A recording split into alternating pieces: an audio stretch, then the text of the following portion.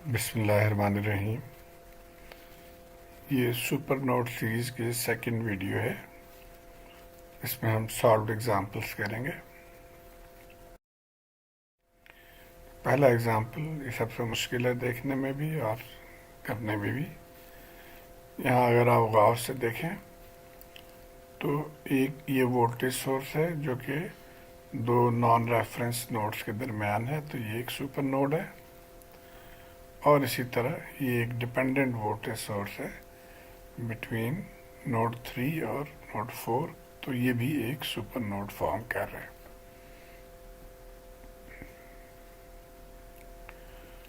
तो एक नोड ये हो गया 1 और 2 के दरमियान सुपर नोड, और एक 3 और 4 के दरमियान हो गया। अब आइए सबसे पहले हम नोड 1 2 के दरमियान जो है उसको हम यहाँ हमने बड़ा सा दायरा लगा दिया, बिग डॉट, और उसके बाद हम यहाँ पे केसीएल इक्वेशन लिखेंगे। तो आप ये इस तरह से इसको लिख सकते हैं कि ये करंट आई लीविंग है, ये आपका डॉट हो गया। इसमें I2 भी लीविंग है, तो ये I2 लीविंग है। 10 एम्पेयर एंटरिंग है, 10 एम्पेयर एंटरिंग है, और राइट साइड से I3 एंटरिंग है, I3। तो इस डायग्राम से फिर आप आसानी से केसीएल इक्वेशन लिख सकते हैं। 2 एंटरिंग I2 और 10 एम्पेयर, तो सॉरी I3 और 10 एम्पेयर ये एंटरिंग है, तो एंटरिंग लिख लिया। और I2 और I1 लीविंग है, तो यहाँ पे हमने लिख लिया। अब उसको इन टर्म्स ऑफ वोल्टेजेस आप एक्सप्रेस करेंगे। I3 को देखते हैं। I3 V3 से V2 की तरफ जा रही है करंट, तो V3 minus V2 divided by 6 होगा। V3 minus V2 divided by 6, ये 10 एम्पेयर वहीं पे है। I1 कहाँ पे है? यहाँ से देखिए V1 से V4 की तरफ I1 जा रही है, तो V1 minus V4 divided by 3, V1 minus V4 divided by 3। और I2 कहाँ पे है? ये I2 है V1 से ग्राउंड की तरफ, ये 0 की तरफ, तो हम V1 डिवाइडेड बाई 2 लिख लेंगे। अब इस इक्वेशन को सॉल्व करके हमें ये इक्वेशन नंबर 1 हासिल हो गया। यहाँ से आइए अब हम दूसरे नोड की तरफ चलते हैं। ये सुपर नोड जो है, इस पर हम इक्वेशन लिखते हैं केसीएल। तो इसको अगर हम रीड्रॉ करें सिंप्लीफाइड फॉर्म में, तो इस तरह से ये बिग डॉट यहाँ पे आ गया। करंट लीविंग I3, ऊपर से I1 इज कमिंग, तो I1 को आप लिख लें। और I4 और I5 लीविंग है, तो यहाँ इस तरह से ड्रॉ कर लें। और फिर हम केसीएल इक्वेशन लिख लेते हैं। Current entering is equal to current leaving, तो ये I1 एंटरिंग है और ये तीनों लीविंग है। अब इनको इन टर्म्स ऑफ वोल्टेज और रेजिस्टेंस लिख लेते हैं। I1 आप देखिए कि V1 से V4 की तरफ ये करंट जा रही है, तो V1 minus V4 divided by 3, V1 minus V4 divided by 3। इसी तरह I3 जो है वो V3 से V2 की तरफ जा रही है, तो V3 minus V2 divided by 6। और I4 जो है वो V4 से 0 की तरफ, ग्राउंड की तरफ, तो V4 डिवाइडेड बाई 1 हो गया। और ये V3 जो है वो ये भी ग्राउंड की तरफ जा रही है, तो I5, तो V3 डिवाइडेड बाई 4 ये आ गया। इसको सिंप्लीफाई कर लेंगे तो हमारे पास ये इक्वेशन नंबर 2 आ गया। अब हमने केसीएल निकाल लिया, अब हमने केवीएल लिखने हैं। तो एक तो लूप ये था, यहाँ पे ये सुपर नोड का एक लूप ये है, और ये दूसरे सुपर नोड के लिए लूप नंबर 2 है। लेकिन ये दोनों ही एक और लूप के साथ कॉमन है, तो इसलिए हम इस लूप को भी लेंगे, लूप नंबर 3। तो पहले लूप नंबर 1 पे हम लेफ्ट कोने से चलते हैं, तो minus V1 plus 20 plus V2 ये आ गया। और इसको आप V1 माइनस V2 20 ये आ गया हमारा इक्वेशन नंबर 3। अब आइए लूप नंबर 2 पे, फिर हम लेफ्ट कोने से चलेंगे यूँ, तो minus V3 plus 3VX plus V4, तो ये हमारा इक्वेशन नंबर 4 आ गया। अब हम ऊपर वाले लूप 3 पे चलते हैं, किसी एक कोने से चलेंगे। तो plus we x minus 3vx और प्लस 6i3 और ये -20। तो ये v3 minus 3vx plus 6i3 -20 is equal to 0, और इसको सिंप्लीफाई करना है तो ये क्वेश्चन नंबर 5 आ गया हमारे पास। अब हमें तो चाहिए इन टर्म्स ऑफ, हमने मालूम जो करना है वो v1 v2 v3 और v4 मालूम करना है चारों। तो हमें vx नहीं चाहिए, तो vx को हम यहाँ से ख़त्म कर देंगे। और इसी तरह हमें i3 भी नहीं चाहिए, हमें i3 की जगह पे v1 v2 v3 फॉर्म में चाहिए, तो इसको भी हम इसकी जगह पे इसके इक्विवेलेंट लिख लेंगे। तो आइए हम देखते हैं कि vx कितना है। ये हमारा जो है vx, इसको मालूम करना है। तो इसको हम अगर आउटर लूप में देख लें, सिर्फ हम ये बाहर वाले लूप को ले लें, तो आप देखिए कि अगर हम यहाँ से चल रहे हैं तो -v1 आ गया, -v1 प्लस vx और plus v4 is equal to 0। तो ये हमारा इक्वेशन आ गया, और यहाँ से हम vx निकाल लेंगे, v1 माइनस v4। तो जहाँ जहाँ पे vx है यानी ऊपर वाले इक्वेशन में, उसकी जगह पे हम v1 माइनस v4 लिख लेंगे। अब आइए देखते हैं कि 6i3 किसके बराबर है। तो वो आप यहाँ से डायरेक्ट लिख सकते हैं कि ये v3 से v2 की तरफ ये करंट जा रही है। तो आप v3 माइनस v2 i3 अगर मालूम करना हो तो v3 minus v2 divided by 6, v3 minus v2 divided by 6, ये हमारा i3 आ गया। और इसको जब इधर ले जाएंगे तो 6i3 वो v3 माइनस v2 के बराबर हो गया। तो अब जहाँ पे 6i3 है वहाँ पे हम v3 माइनस v2 सब्सटीट्यूट कर देंगे। तो अब हमने पहले इक्वेशन में vx की जगह पे ये सब्सटीट्यूट कर दिया, तो अब हमारा इक्वेशन 4a आ गया। और इसी तरह इक्वेशन 5 में 6i3 की जगह पे और vx की जगह पे ये दोनों रिप्लेस कर देंगे। तो vx को हमने v1 माइनस v4 से रिप्लेस किया, और i3 जो है उसको हमने v3 माइनस v2 की जगह से रिप्लेस कर दिया। तो और उसको जब हम सॉल्व कर लेंगे तो ये हमारा इक्वेशन आ गया, इक्वेशन नंबर 5। तो अब ये 5 इक्वेशन हमारे पास आ गए थे, हमने अब इनको सॉल्व करना है।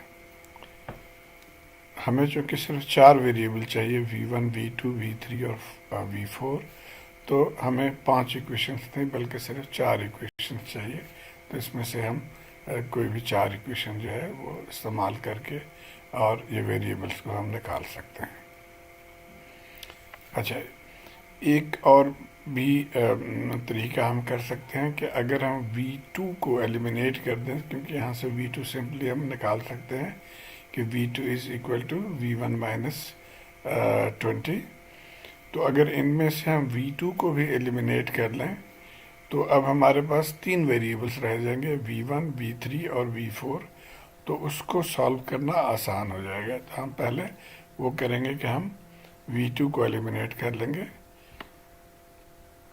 तो जहाँ जहाँ पे इक्वेशन 1 और 2 में v2 है उसको हमने एलिमिनेट कर दिया। तो अब ये हमारे इक्वेशन 6 और 7 आ गए, और ये 4a को ले लिया। तो अब ये 3 इक्वेशन हमारे पास बन गए, और 3 ही वेरिएबल है v1 v3 और v4। अब इसको हम बाय क्रैमर रूल सॉल्व कर सकते हैं। मैट्रिक्स फॉर्म में लिख लिया हमने। और अगर आपको ये चीज़ समझ नहीं है तो इससे पिछले वीडियो में आप क्रैमर रूल्स की वीडियो में जाके देखिए, नोडल इक्वेशन की जो सेकंड वीडियो है उसमें है, ये आपको समझ आ जाएगी बात। तो यहाँ से हमने डेल्टा 1 डेल्टा 3 डेल्टा 4 मालूम कर लिया, और फिर बाय दिस फार्मूला कि V1 is equal to delta 1 over delta, तो यहाँ से V1 आ गया, V3 is delta 3 over delta और V4 is delta 4 over delta. तो इस तरह से ये 3 वेरिएबल्स हमें यहाँ से आ गए, और अभी हम चौथा जो है V2 वो हमने इस फार्मूले से इसमें वैल्यू पुट करके तो ये आ गया। तो इस तरह से बड़े सवाल को जो है वो सॉल्व करते हैं।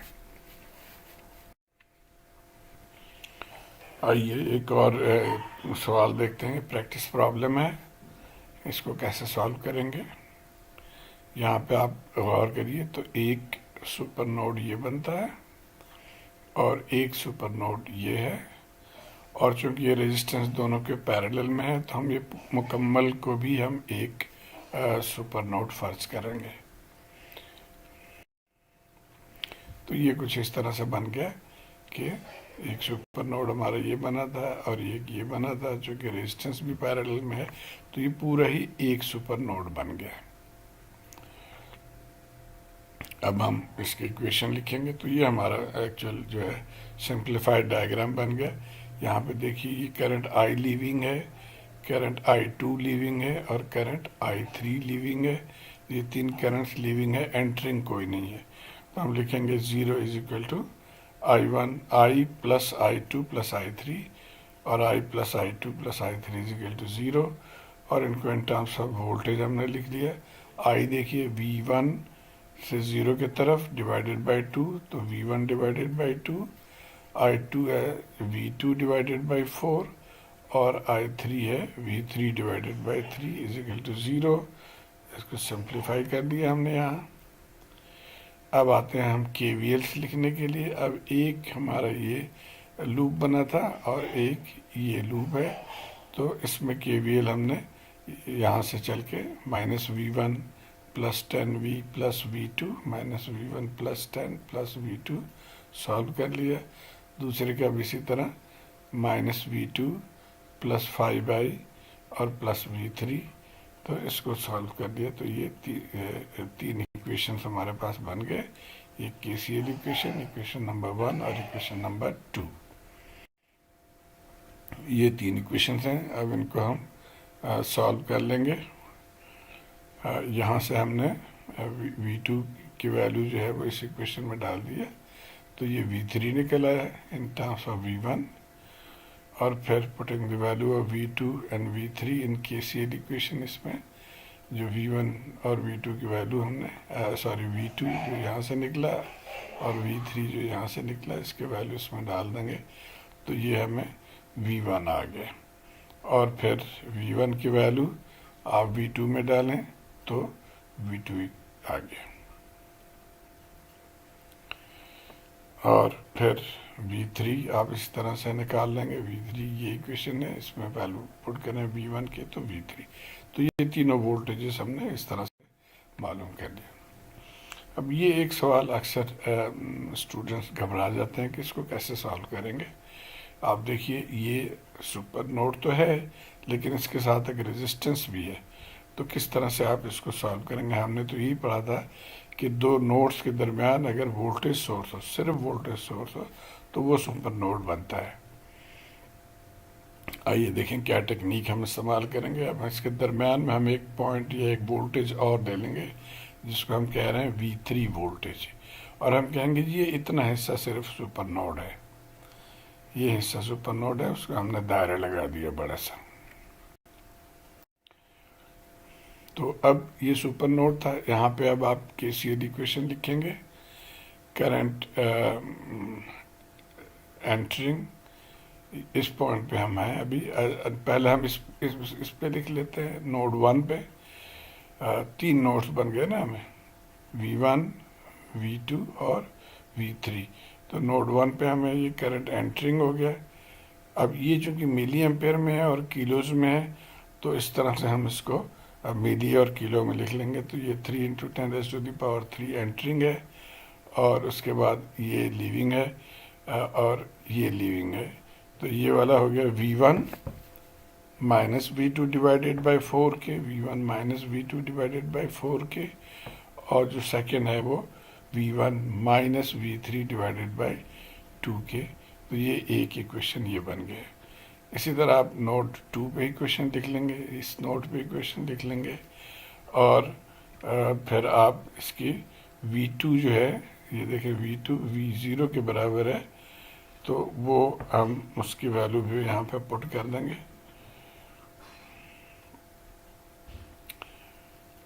KVL नंबर, ये तो दोनों हो गए KCL इक्वेशन।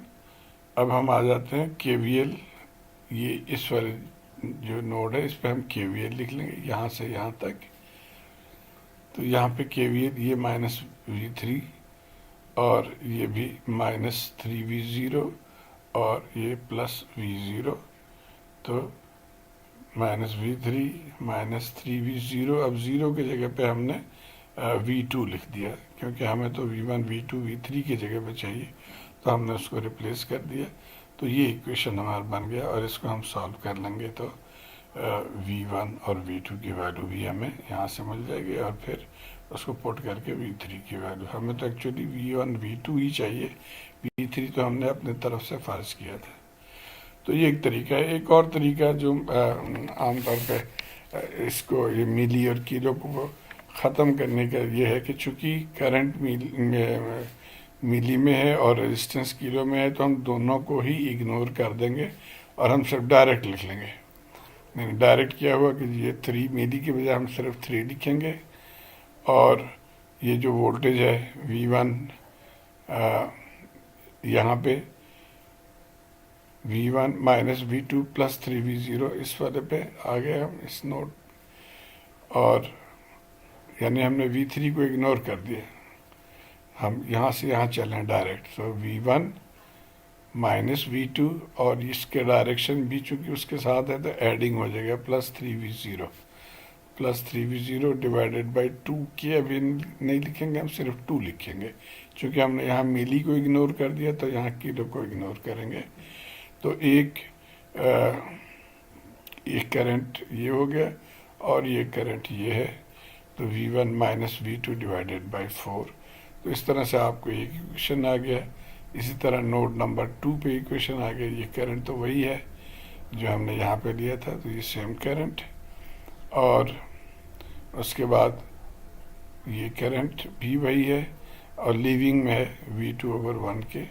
तो इस तरह से आप ये दोनों इक्वेशन सॉल्व करके तो ये आंसर निकाल सकते हैं। तो जो आपको कन्वीनियंट लगे उस तरीके से इसको फॉलो करना है, और उम्मीद है कि आपको इससे कुछ फ़ायदा पहुंचेगा।